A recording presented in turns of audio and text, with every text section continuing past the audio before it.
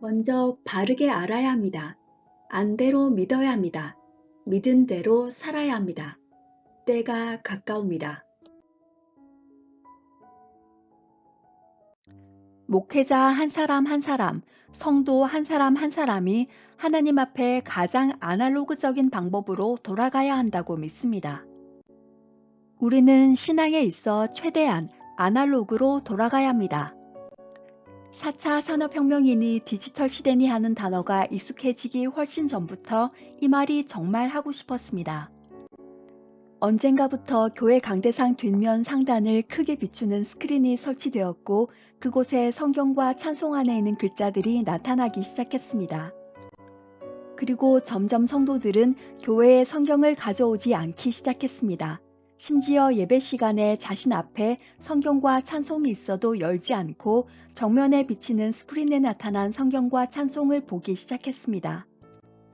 그리고 옆에서 성경을 잘 찾지 못하는 새신자나 초신자나 도움이 필요한 사람에게 성경과 찬송을 찾아주고 넘겨주는 일을 보기가 힘들어졌습니다. 더 이상 그리고 굳이 사람들을 챙겨주지 않아도 되게 되었습니다.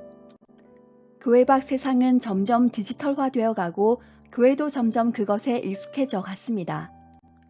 그리고 교회는 생각하기를 이렇게 변화하는 세상에 이렇게 변화하는 사람들을 교회로 오게 하는 방법 중 하나로 교회에서도 그 세상의 기술들을 보여주고 제공해 주어야 하는 것처럼 돌아가기 시작했습니다. 매우 자연스럽게 말이죠. 저는 의아했습니다. 세상이 변해갈수록 그것도 성도들이 성경과 찬송과 멀어지기 쉬운 쪽으로 변해가는 세상 속에서 예배를 드리는 그 얼마 안 되는 시간조차도 교회가 성도들로 하여금 자신의 손으로 직접 성경과 찬송을 펴지 않아도 되도록 만들어주고 있는 것에 말입니다.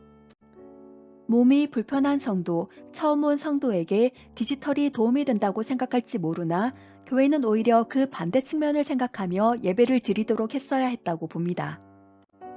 무슨 말이냐면 우리가 교회에 와 있는 그 시간에서조차 우리는 자신도 성경과 찬송에서 멀어질 뿐 아니라 거기에 더해 굳이 옆에 있는 성도들을 도와야 할 필요까지 관심까지 줄었다는 말입니다.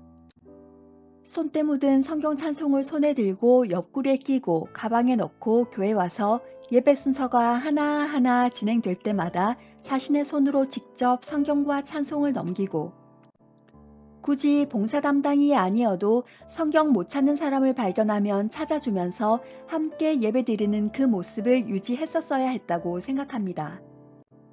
평일에 자신이 먹을 영의 양식을 위해 말씀을 읽으며 필요한 지식을 얻기 위해 디지털 기기를 사용하는 것은 좋지만 예배만큼은 아날로그를 그대로 유지했었어야 했다고 생각합니다. 세상이 변해가면 변해갈수록 말입니다. 아마 그랬다면 교회와 성도는 지금보다는 훨씬 자녀들에게도 세상 사람들에게도 교회와 성도란 세상 흐름을 따르지 않고 거기에 휩쓸려가지 않고 성경과 찬송을 끝까지 고수하며 하나님을 예배하는 사람, 그런 사람들이 모인 곳이라는 교육과 인식을 교회 안팎으로 강력하게 갖게 했을 것입니다. 아날로그식의 예배를 고수했더라면 사람들과 자녀들이 지루해하고 세상과의 괴리를 느꼈을 거라고요. 오히려 교회는 원래 세상과는 다른 곳, 세상이 아무리 변해도 교회는 안 변하는 곳, 세상의 문화가 감히 들어가지 못하는 거룩한 곳이라는 의식이 더 강했지 않았을까요? 물론 이 의견에 반대하는 사람들이 적지 않을 거라고 생각합니다. 그러나 작금의 교회와 성도들을 보십시오. 세상 문화를 교회 안으로 끌어들이고 교회 문턱을 낮추어 세상 문화가 들어오도록 스스로 허용한 것으로 인해 예배와 신앙에 있어 잃은 것이 많은지 얻은 것이 많은지 오래전 엘리베이터 안에서 겪은 일입니다. 어떤 할머니가 총동원 전도주일 스티커가 붙은 휴대용 화장지를 주면서 이렇게 말씀하셨습니다.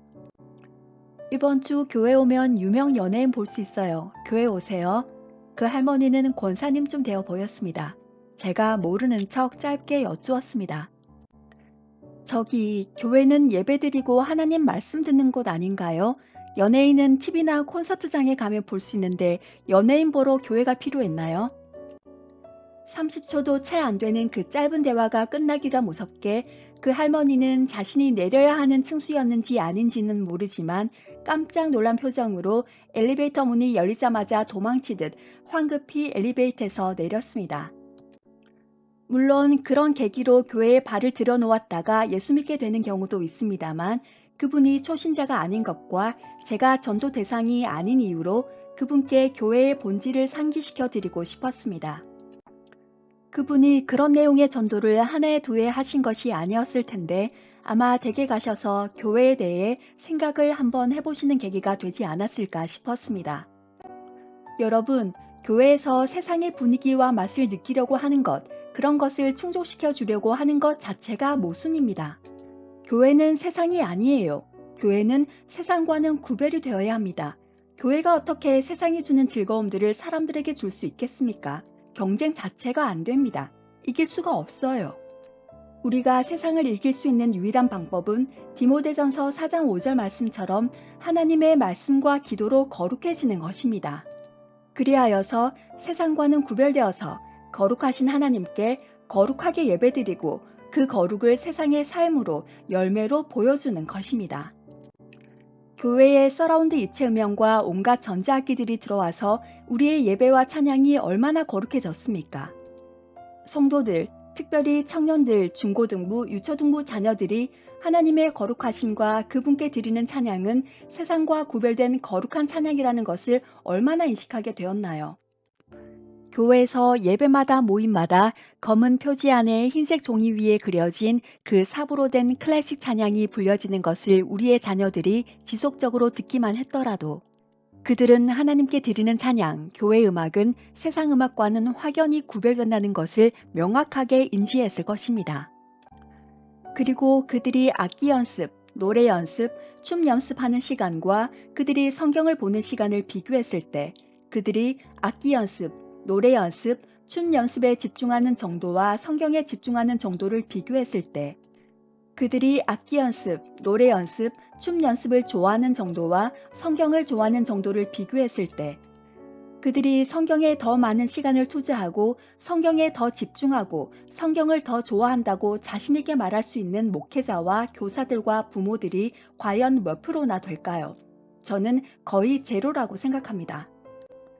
교회가 세상 문화를 따라가고 세상 문화를 교회 안으로 허용함으로써 교회는 결국 거룩함도 잃고 자신과 자녀들의 신앙도 잃게 만드는데 큰 기여를 하는 결과를 낳았습니다. 물론 작금의 교회의 어떠함을 가져온 가장 큰 원인 중 하나는 목회자입니다. 목회자는 결코 세상 흐름에 기웃거리지도 않고 이끌려가지도 않고 세상 맛을 이미 잘 아는 상태로 교회 오는 성도들의 귀에 듣기 좋은 말, 입에 단맛이 첨가된 영의 불량식품을 넣어주려 하지 말았어야 했습니다.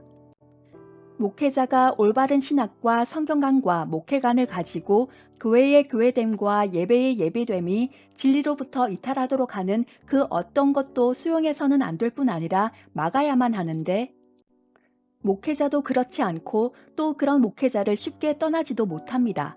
교회를 옮긴다는 것은 자기 집 이사하는 것보다 사실 어렵거든요. 교회 오래 다닌 성도일수록 직분을 가졌을수록 말입니다. 목회자든 성도든 그리스도의 믿음을 가진 그리스도인은 영원히 변치 않는 진리인 말씀과 교회의 본질과 예배의 본질을 생명을 걸고라도 지켜내야 합니다. 그렇게 하는 방법은 누가 떠먹여주는 식으로는 불가능합니다. 인터넷 열면, 스마트폰 터치하면, 유튜브 검색하면 우리 귀에 들려주고 꼭꼭 씹어놨다가 입에 넣어주는 것. 다시 말해 자신은 성경에도 찬송에도 손을 대지 않고 남에게서 오는 것만으로는 안 된다는 말입니다. 아이돌 가수 노래 듣는 것보다 더 자주, 트로트 가수 노래 듣는 것보다 더 자주, 커피와 야식 챙겨 먹는 것보다 더 꼭꼭, 게임하는 것보다 더 집중력 있게 하나님의 말씀인 성경을 자신의 손으로 넘겨가며 자신의 눈으로 보아가며 자신이 직접 읽어야 합니다. 요즘 세상이 그래. 요즘에는 그렇게 안 하면 성도들한테, 청년들한테, 자녀들한테 안 먹혀 라고 하는 것은 자신의 기준이 세상이라는 것을, 요즘이라는 것을 자백하는 것입니다. 말씀이 아니라는 것이죠. 말씀이 아닌 것이 교회와 자신의 기준이 되어 있다는 말입니다. 말씀이 기준이 아니니 기도도 잘 안 할 뿐더러 기도라는 것을 해도 내용이 모두 세상적인 것, 자기와 관련된 것, 뭐 달라는 것, 뭐 해달라는 것, 죄다 그런 내용들 뿐입니다. 코로나 전에도 그랬지만 코로나를 기해서 교회와 성도 자신의 상태가 어떤지가 수면 위로 점점 더 분명하게 떠오르는 듯 합니다. 동시에 코로나를 기점으로 4차 산업혁명과 디지털 시대로의 진입이 예상했던 것보다 훨씬 급물살을 타고 있습니다. 예전으로 돌아가려 하지도 않고 돌아갈 수도 없는 시대가 되었습니다. 대부분의 교회와 목회자들과 성도들도 이 디지털 시대에 발맞추어 가고 있습니다. 교회에서 이 세대의 흐름에 대해 성경적으로 해석을 해주고 가르쳐주든 그렇지 않든 말입니다. 지금이야말로 아날로그식으로 종이 성경과 종이 찬송으로 돌아가야 할 때입니다. 세계에서 성경 만드는 기술이 가장 뛰어난 나라에 살면서 언제 어디서나 성경을 구입할 수 있는 이 땅에서 그리고 이미 집에 여러 권의 성경이 있는 상태에서 이제 그 성경으로 손을 뻗쳐 검지손가락에 침 묻혀가며 한 장 한 장 성경을 넘겨 주의 말씀을 읽고 그 말씀에 귀를 기울여야 할 때입니다. 여러분, 축복, 축복 하는 말 정말 많이 들으셨죠? 복 받고 싶으시죠? 여러분에게 가장 큰 복, 영원한 복, 최고의 복을 받게 할 길이 바로 이 말씀 안에 있습니다. 다른 곳에서 그런 복을 기대하고 있다면 여러분은 결코 찾지 못할 것입니다. 교회가 예전처럼 아날로그로 돌아가지 못할 거라는 걸, 돌아가지 않을 거라는 걸 압니다. 그렇게 하는 것은 이제 불가능한 시대가 되었습니다. 목회자 한 사람 한 사람, 성도 한 사람 한 사람이 하나님 앞에 가장 아날로그적인 방법으로 돌아가야 한다고 믿습니다. 성경책을 펴놓고 성경을 읽어야 합니다. 찬송가를 펴놓고 찬송을 불러야 합니다. 성경에 근거한 기도를 해야 합니다. 무시로 기도해야 합니다. 이것이 이 디지털 시대에 세상으로부터 자신을 지켜내고 하나님의 통치를 받으며 그리스도 안에 살고 성령의 인도하심을 받는 가장 기본적이고 근본적인 방법입니다. 시대에 뒤떨어져 보이는 이 아날로그적 방법이 여러분을 살릴 것입니다. 검지손가락에 다시 침을 묻혀가며 성경과 찬송을 직접 그리고 매일 넘겨보시지 않겠습니까?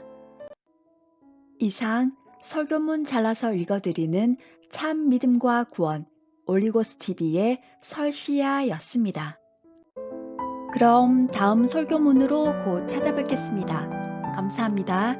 구독과 공유 부탁드립니다.